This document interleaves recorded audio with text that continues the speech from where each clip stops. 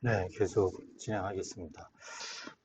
ISGRC 관련해서 우리가 거버넌스에 대해서 이제 얘기를 했고요. 이제 중요한 이제 리스크 매니지먼트에 대해서 학습하도록 하겠습니다. 제가 볼 때는 리스크 매니지먼트가 가장 중요한 것 같아요. 물론 이제 컴플라이언스도 만만치 않지만, 자, 이번엔 이제 요약만 해보겠습니다. 위험 관리는 굉장히 자세히 말씀을 드릴 거고요. 오늘은 요약을 해서 위험 관리가 뭐다라는 것만 맛만 보도록 하겠습니다. 자, 리스크는 외부의 위협은 쓰레시죠. 네, 위협이 내부의 취약성 vulnerability를 이용해서 이용하여 보유한 각종 자산에 보유한 각종 자산에 피해를 입힐 수 있는 잠재적인 가능성이에요. 잠재적인. 그러니까 위험은 피해가를 실제적으로 일어나지 않을 수도 있는 거죠. 잠재적으로 일어날 수 있는 가능성이 이제 위험이니까요. 그래서 이 위험을 이제 발생 가능성이 이제 얼마나 존재하느냐가 중요한 또 이제 관건이 되겠죠.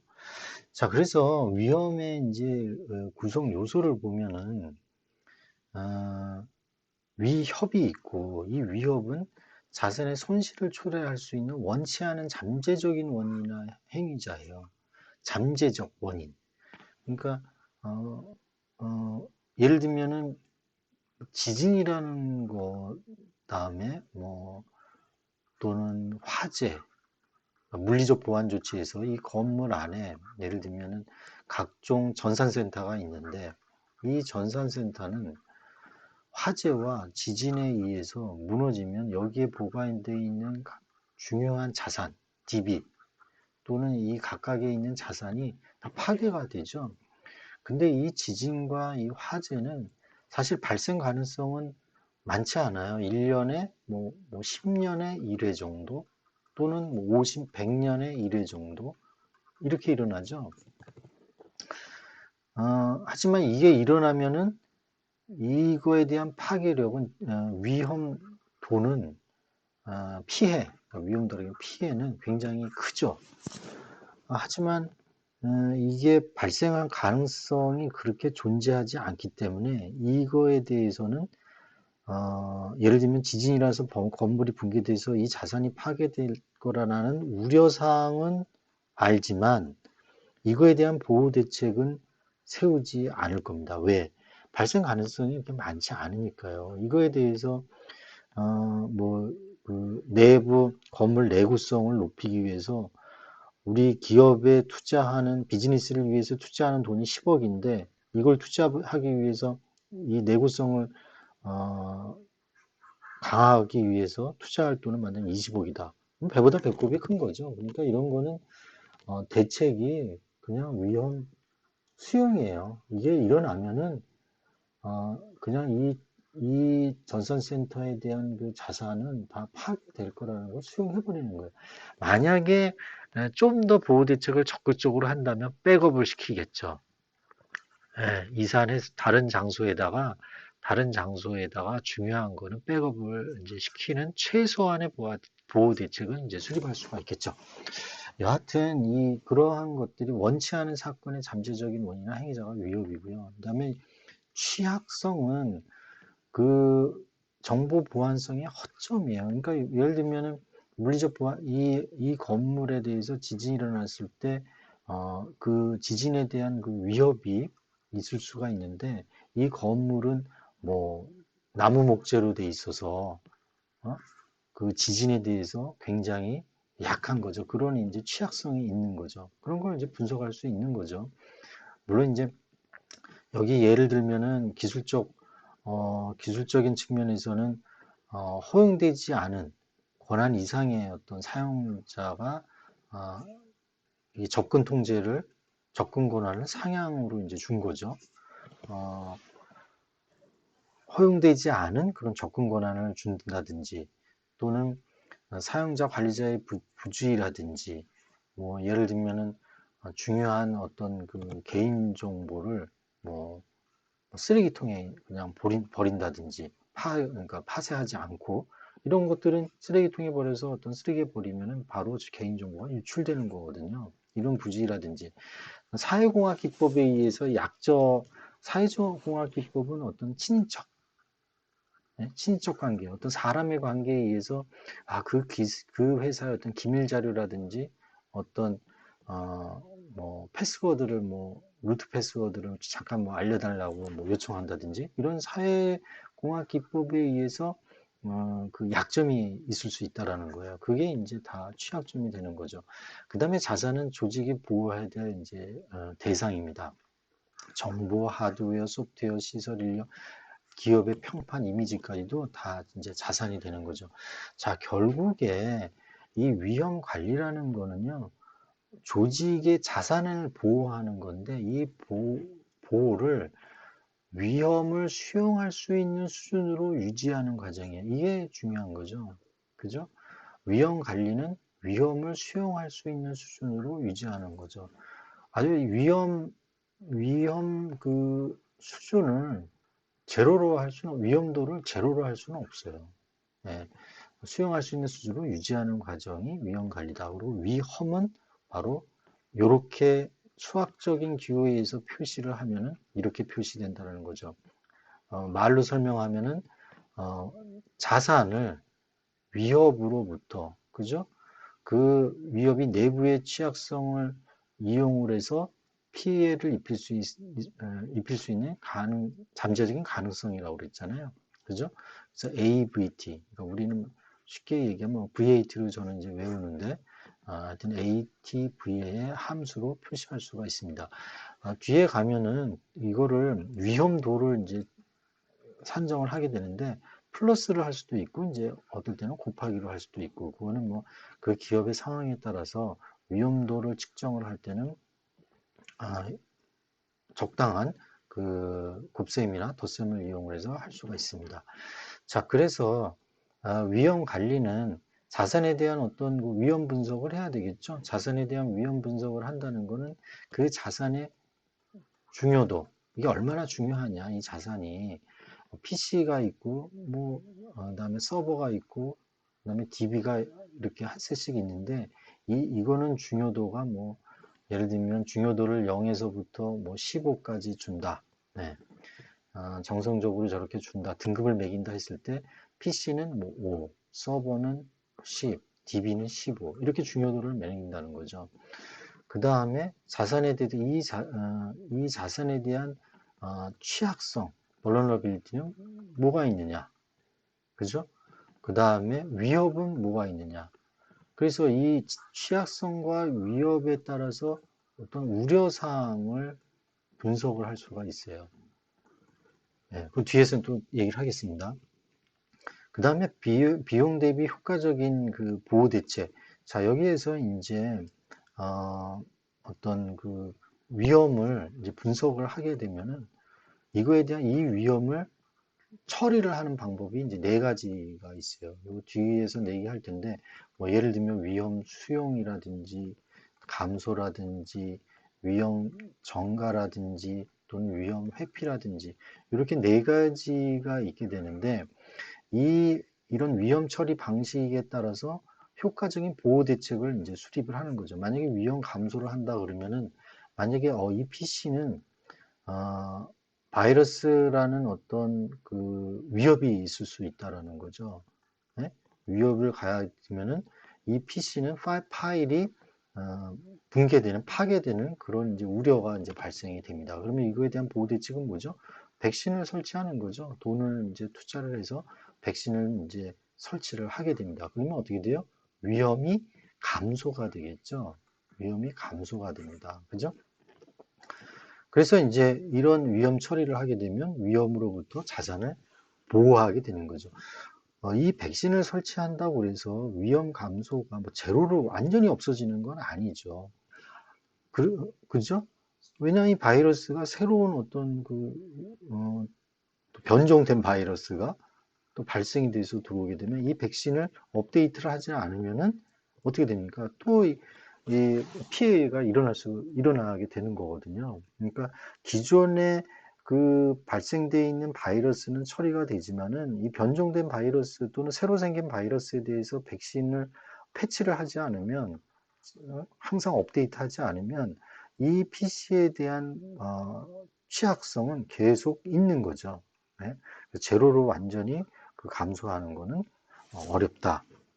어쨌거나 위험으로부터 이렇게 자산을 이제 보호하는 과정이 즉 위험을 수용할 수 있는 수준으로 유지하는 과정이 바로 위험 관리라고 볼 수 있습니다.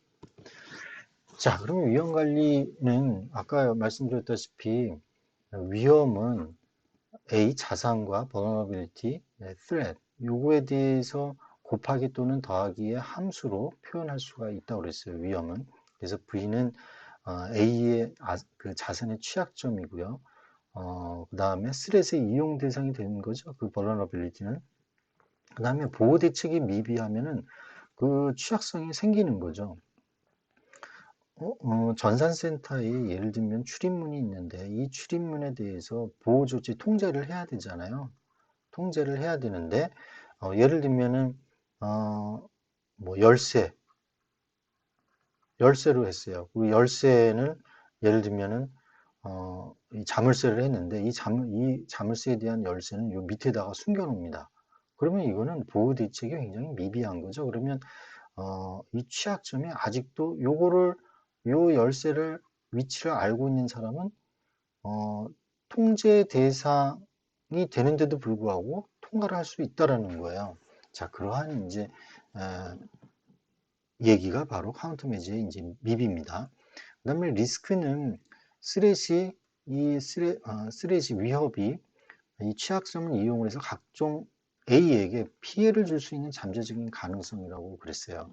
자, 그러면 위험 관리를 하기 위해서 제일 먼저 이 리스크 매니지먼트를 하기 위해서 자산에 대해서 수용 가능한 수준 위주로 수준 유지하는 과정을 계속 지속적으로 나가려면은 매년 적어도 1회씩 이거를 해야 된다는 거예요. 리스크 매니지먼트를 지속적으로 매년 그죠? 주기적으로 지속적으로 이렇게 하지 않으면 문제가 생겨요. 왜냐하면 왜 그러냐면 지속적으로 이걸 하지 않으면은 저번에 한번 배웠죠. 자, 보안에 대한 그 보안의 위협은 이렇게 계속 증가를 합니다. 근데 어떤 한 기업의 보안 수준은요, 이렇게 된다고 그랬어요. 요거는 뭐냐면은, 요때 당시에 예를 들면 리스크 매니지먼트를 한다는 거예요. 네? 즉, 인터넷 시큐리티 매니지먼트, 정보보호 관리 체계를 실행을 하기 위해서 컨설팅을 받게 되면은 이 보안 수준이, 요 점선이 이제 보안 수준이 되는데 이 보안 수준은 이렇게 올라간다고 그랬어요. 보안 위험보다는 이 수준이 높은 거죠. 자, 그런데 이런 컨설팅을 받고 또는 ISMS를 구축하고 운영을 쭉 하다 보면은 이 수준은 떨어집니다. 계속. 왜 그러죠? 새로운 보안 위험은 증가하고 이 수준은 계속 떨어지게 돼 있어요. 그러면 어떻게 돼요? 여기 갭이 생깁니다. 그러면은 이거를 다시 끄집어 올려야 되겠죠? 이렇게 올리려고 그러면 매년 또 여기서 ISMS 의 점검을 하는 거죠. 사후 심사를 만약에 또 하게 되면은 또 사후 심사를 하게 되면은 새로 생긴 취약점이나 이런 것들은 위험 감소를 시켜서 어느 정도의 보안 수준을 이제 높이는 거죠. 이렇게. 또 내려가면 다시 올리고.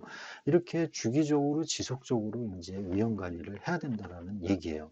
자, 그럼 위험 관리를 하기 위한 이제 처리를 간략하게 말씀드리면 리스크 어널리시스가 있는데 위험 분석이죠. 자산을 식별을 하고 분류를 하고 그룹핑을 해요. 예를 들면 자산이 한 기업에서 PC도 있고 서버도 있고 그다음에 네트워크 장비도 있고 보안 솔루션 장비도 있고 다양하게 있잖아요.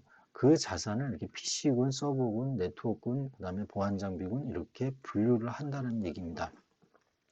그 다음에 이제 그룹핑을 하는 거죠. PC군, 아까 얘기한 여기 이제 분류죠. 여기까지.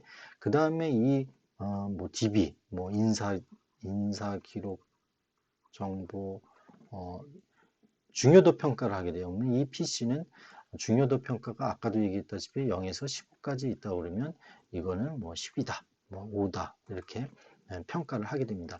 자, 이 평가를 할 때 우리 정보보호 3대 요소인 confidentiality, integrity, 그 다음에 availability가 또 이제 평가 요소로 이제 들어갑니다. 여기서는 이제 생략을 하게 되는데 뒤에서는 요거까지도 어떻게 해서 평가가 들어가는지를 살펴볼 거예요. 어쨌건 이 중요도를 자산에 대한 중요도 0에서 15면은 이게 10점이다, 5점이다, 뭐 10점이다, 15점이다. 인사기록 정보 중요하니까 15점이다. 이러면 굉장히 이 자산은 중요도가 굉장히 높은 거죠, 밸류가. 그러니까 이건 절대적으로 이 DB는 보호를 해야 된다는 거예요. 그러니까 보안 대책을 굉장히 잘 마련해서 이행을 시켜야 해야 되는 거죠. 자, 그 다음에 vulnerability. 이 자산에 대해서 어떠한 위협이 있을 수가 있는지를 평가를 하게 됩니다. 어떤 위협? 예를 들면 디도스 공격이 있을 수 있다. 또는 바이러스가 침투할 수 있다. 그 다음에 뭐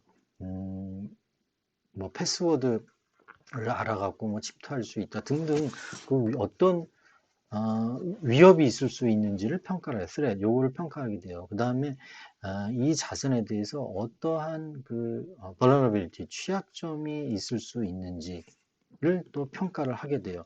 이걸 평가를 하게 되면은 우려사항이 도출이 됩니다. 예를 들면은 저번에 말씀드렸는데 클라이언트하고 예를 들면은 서버가 있어요. 자, 이게 만약 쇼핑몰이라고 하게 되면은 여기에 이제 로긴 아이디하고 그 다음에 패스워드를 해서 이제 식별을 하고 인증을 해서 이제 로gin을 하게 되잖아요. 이때 브라우저에서 로gin하고 패스워드는 어떻게 돼요? 만약에 평문으로 날아가게 되면 어떻게 됩니다. 만약에 평문으로 날아가게 되면 이거는 스니핑을 해서 이 패스워드가 유출될 수가 있어요. 그죠?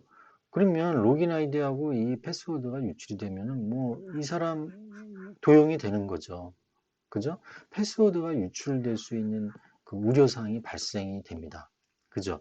그래서 어, 그래서 이거는 경우에 보호 대책은 어떻게 해요? 암호화를 시킨다고 그랬어요. 바로 이게 vulnerability와 threat을 같이 생각을 해서 우려사항이라는 것을 도출하게 됩니다. 이 우려사항을 도출하고 그 다음에 그 우려사항에 대해서 위험도를 도출을 하게 돼요. 여기 보시면은 위험도를 이렇게 설정을 해놨죠. 1번부터 9번까지 위험도가 여기에는 있는 겁니다. 예를 들어서 그래서 이제 위험도가 9가 되는 자산은 1개가 있다. 위험도가 8이 되는 자산은 3개가 있다. 이런 거예요. 자, 그 다음에는 리스크 어세스먼트를 이제 하게 됩니다. 리스크 어세스먼트는 평가가 되겠죠. 평가 방법은 정략적으로 금액적인 평가를 하는 거는 아주 좋아요. 예를 들면은 경영진 CEO 같은 경우에 금액적으로 이거 제대로 보호 안 해서 어떤 디도스 공격이 일어나서 가용성이 떨어지게 되면은 금전적으로 뭐 뭐 100억 정도의 그 매출이 감소하게 됩니다. 그러면 그 CEO가 딱 머릿속에서 금방 이해가 되죠. 그러면 투자해야지라고 의사결정을 반드시 할 수 있습니다. 근데 이 정략적, 금액적으로 평가하는 게 쉽지 않습니다. 그래서 보통 다 정성적 등급에 의해서 평가를 해요. 등급은 아까도 얘기했다시피 숫자로 뭐 1, 2, 3, 0에서 뭐 15면은 뭐 10, 이런 식으로 평가를 하게 돼요. 그 다음에 평가할 때 분석 접근 방식이 있는데 4가지가 있습니다. 베이스라인 접근 방식, 기준선 접근 방식이라고 하고, 그 다음에 이거는 인포멀 접근 방식, 그 다음 비정형 접근 방식. 이 비정형 접근 방식은 전문가 지식에 의해서 이제 분석하는 방식이에요. 베이스라인 접근 방식은 이거는 뭐라고 해야 되나 어떤 점검표를 만들어서 이 표의 체크리스트죠. 그러니까 체크리스트를 만들어서 이 체크리스트에 따라서 리스크 평가를 하는 겁니다. 그 다음에 이 상세 위험 방식은 아주 고위험도 경우에 처리하는 건데 예를 들면 자산을 식별해서 분류하고 그룹핑해서 아셋의 중요도 평가하고, vulnerability 평가하고, 스랩 평가하고, 아주 자세하게, 그 다음에 법적 요구, 그러니까 보호대책 요구사항에 대해서 제대로 했는지 안 했는지를 아주 정밀하게 검토하는 게 바로 상세 위험 방식입니다. 이렇게 하면 굉장히 좋겠죠. 근데 이건 뭐예요? 시간과 돈이, 외부 컨설팅을 맡기면 시간과 돈이 많이 걸려요. 그죠? 그 다음에, 아, 그런 이제 단점들이 있는 거죠. 그 다음에 비정형 접근 방식 경우에는 전문가 지식에 의해서 하는 거기 때문에 좀 약간 좀 객관적이지 않을 수가 있는 겁니다. 전문가 지식에 이제 의존하는 거죠. 어, 그리고 복합 접근식 방식은 예를 들면은 이제 대기업 같은 경우에 이런 경우에 많이 쓰는데 위험도가 낮은 거는 기준선 접근 방식에 의해서 하고 체크리스트에서 하는 거죠. 그 다음에 위험도가 높은 경우에는 상세 위험 방식을 쓰는 거예요. 이해되셨나요?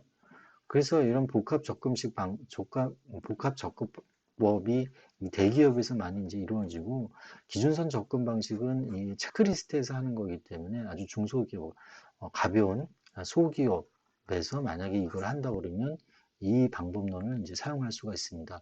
그러니까 분석 접근 방식이 네 가지가 있는데 그 기업의 환경에 따라서 적절하게 이제 적용을 하면은 되겠다라는 거죠. 그리고 평가 방법도 정량적인 거하고 정성적인 게 있는데 정량적으로 하면 좋은데 주로 정량적인 거는 쉽지 않다. 이게 시간과 노력이 많이 들어간다. 그래서 등급을 매기는 정성적 방식을 이제 많이 이용을 하게 됩니다. 자, 그 다음에 이제 리스크 처리가 있는데요. 리스크 처리는 네 가지가 있어요. 아까 말씀드렸다시피 리스크 수용, 그 다음에 리덕션 감소, 그 다음에 전가, 그 다음에 포기. 이렇게 네 가지가 있어요. 수용은 아까 얘기한 대로 이 건물에 이 건물에 어떤 전산센터가 있고 여기 이제 DB가 있었을 때 이걸 제대로 보호를 해야 되는데 지진이 일어난다는 거죠. 지진이 일어났을 때 이 내구성을 강화를 시켜서 보호할 수 있게 투자를 해야 되는지. 근데 이 지진은 뭐 100년에 한 번 일어날까 말까 한다는 거죠. 그러니 수용을 한다는 거예요. 그러니까 이걸 수용한다는 거는 이 지진이라는 위협의 잠재적인 위협이 만약에 설사 일어나면은 그거에 대한 피해는 그냥 수용을 한다라는 겁니다. 리덕션은 예를 들면 이 DB에 대해서 누가 접근을 하려고 그래요. 그러면 여기 물리적인 통제로 해서 보호 대책을 한다는 거죠. 이 전산센터에 대해서 CCTV를 설치를 하고 예를 들면은 뭡니까 홍채 인식을 통해서 뭐 출입을 한다는 게 이런 보호 대책을 해서 이행을 하게 되면 돈이 투자가 되는 거죠. 그게 바로 이제 감소를 시키는 겁니다. 그 다음에 정가는 예를 들면은 쇼핑몰에 있는 예를 들면 개인정보가 쇼핑몰에서 이용자로부터 수집한 그 개인정보가 유출이 됐어요. 그러면 이 유출에 대해서 뭔가 유출이 됐다라고 했을 때 보호 대책이 있어야 되잖아요. 그죠? 그럼 배상이 이제 일어나게 됩니다. 손해배상이. 그죠? 손해배상 제도가 있어서 손해배상을 하게 되면은 이 기업이 작은 기업일 경우에는 돈이 없어요. 그죠? 그러면 이 손해배상을 만약에 예를 들면 100만 명에 해당하는 이용자 정보가 유출이 됐을 경우에 이거 손해배상을 하면 만약에 한 1인당 30만 원이면 엄청난 금액이거든요. 이럴 경우에는 보험에 드는 겁니다. 보험. 보험에 들어서 이러한 위협과 어, 위협으로 인해서 발생한 우려사항에 대해서는 위험 전가를 시키는 거죠. 보험에 들어서 보험회사가 다시 손해배상을 시키는 그러한 보호 대책을 마련하는 게 바로 어, 위험 전가예요. 자, 포기는 뭐죠? 그냥 사업을 포기하는 거예요. 사업을. 예를 들면 어떤 기업이 오프라인 사업만 했어요. 근데 온라인 사업도 이제 홈페이지를 만들어서 온라인 사업도 이제 하고 싶어요. 근데 이 온라인 사업을 하다 보니까 뭐 법적 요구 사항도 많고, 그죠? 그 다음에 이거에 대한 뭐 디도스 공격도 뭐 받고, 그 다음에 뭐 스푸핑, 스니핑, 다양한 그 해커들에 의한 공격을 받을 수 있어요. 이거를 전부 위험 수용을 하진 못하고 위험 감소를 시켜야 되는데 이거에 대한 이제 보호 대책으로 마련을 했더니 그 비용이 엄청 많은 거죠. 내가 갖고 있는 투자할 수 있는 여력은 2억밖에 안 되는데 이거를 이 사업을 하기 위해서 IT를 접목을 했더니 1억이 투자가 되더라. 보안에 관련해서 투자를 했더니 만약에 뭐 2억이 들더라. 이러면 그냥 포기하는 거예요. 이 사업 접자. 네, 안 하는 거예요. 그게 바로 리스크 어보이던스입니다. 자, 그러면 이 리스크 처리를 이 네 가지 방법이 주로 이제 리덕션을 많이 시켜야 되겠죠. 감소를 많이 시켜야 될 겁니다. 이 감소를 시키는 방법론이 바로에 대해서 카운터 메저, 비용 대비 효과적인 보호 대책을 좀 지워야겠네요. 이게 지금 어떻게 지워야 되나? 그냥 가겠습니다. 지우는 건 다 강의하면서 나중에 좀 봐야 되겠네요. 비용 대비 효과적인 보호 대책을 마련하는 게 바로 카운터 메저가 돼요. 보호 대책. 보호 대책을 마련하면 이행 계획을 수립해야 되겠죠. 보호 대책과 이행 계획의 차이는 이행 계획은 1분기에는 이 보호 대책이 만약에 10가지가 있으면 그걸 소팅을 하는 거예요. 소팅을 해서 우선순위가 높은 거는 빨리 해야 되겠죠. 우선순위가 높은 거, 우선순위가 낮은 거, 그 다음에 일정, 그리고 누가 해야 되는지, 어느 팀에서 누가 해야 되는지, 그런 것들이 일목요연하게 정의이 된 게 바로 이행계획 수립입니다. 그래서 이행계획 수립에 따라서 적용을 하는 거죠. 그러면 이렇게 적용되면은 잔존 위험 관리가 생길 거예요. 위험도를 전부 제로로 할 수는 없어요. 위험을 전부 1로 이렇게 낮출 수는 없어요.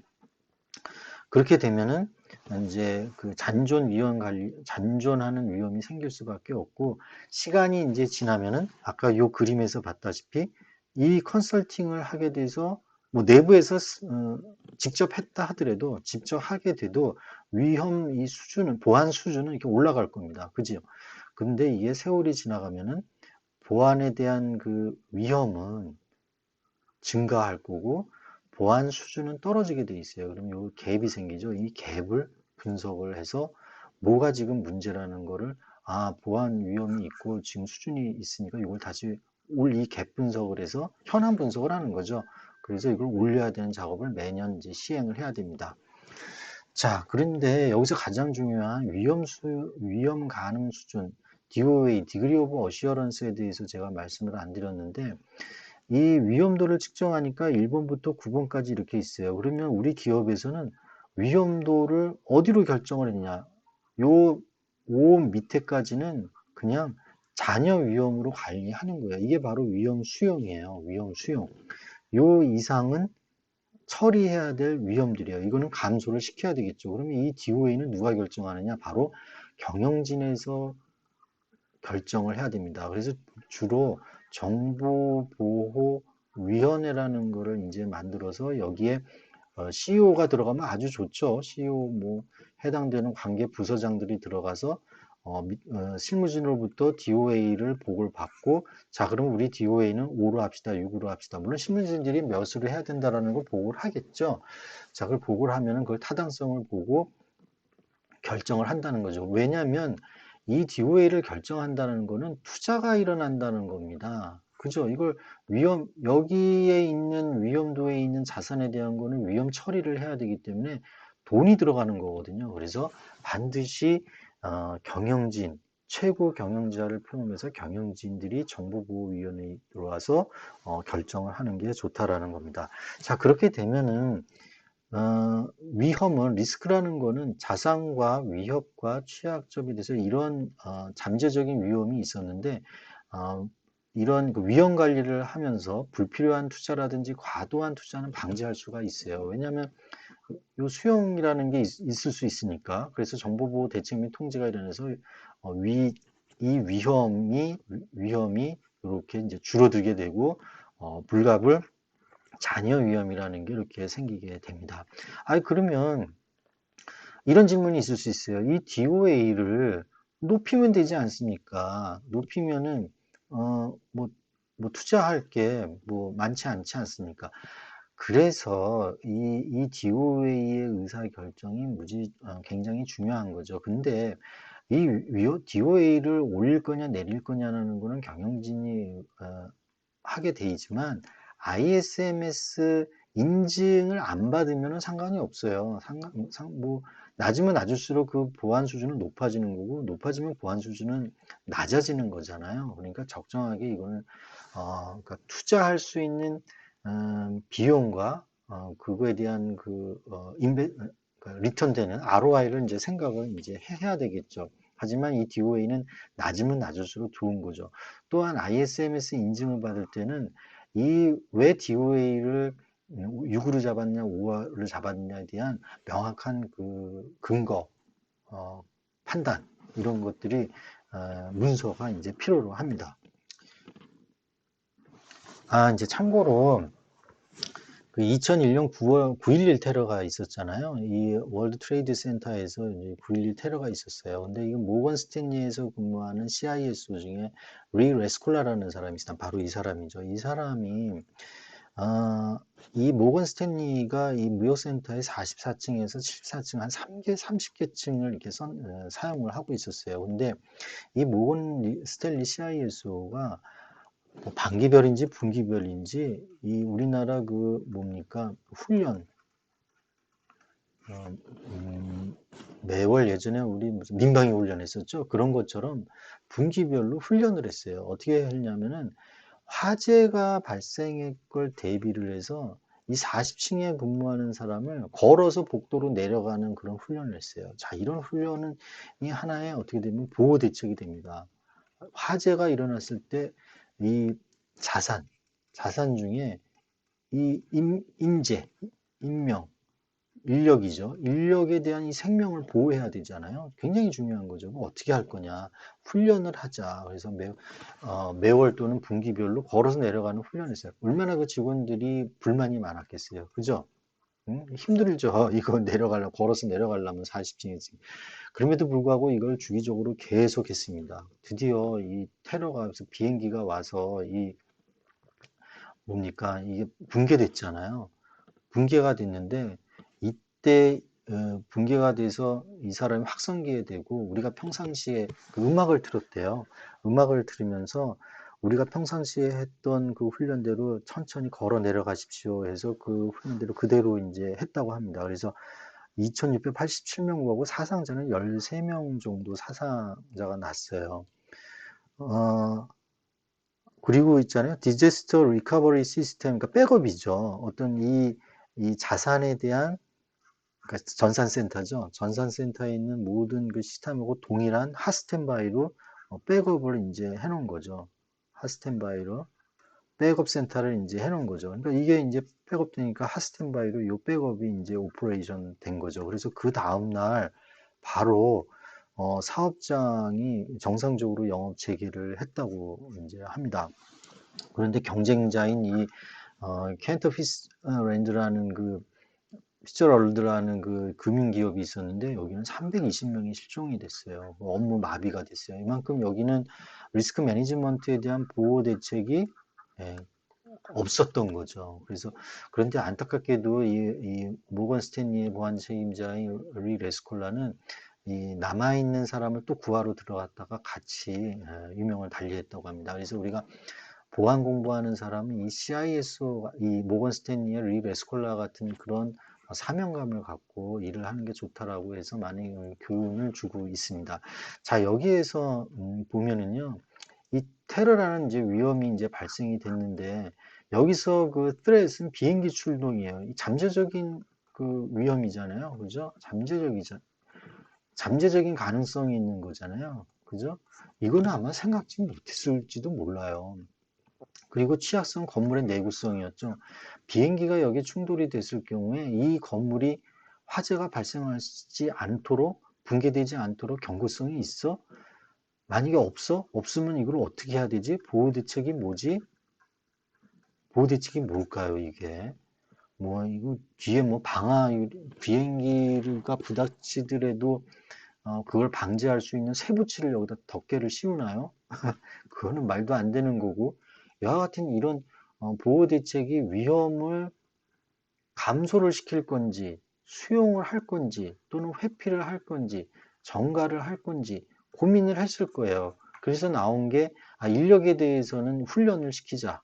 뭐 이런 이제 보호 대책이 나왔을 거고, 그 다음에 이 시스템에 관련해서는 핫스탠바이로 디제스터 리커버리 시스템을 이산시켜서 다른 곳에 우리가 운영을 시키자. 그래서 이게 파괴되면 바로 돌아갈 수 있게 등등 보호 대책을 이제 세웠을 겁니다. 그 나머지는 그냥 수용을 하자.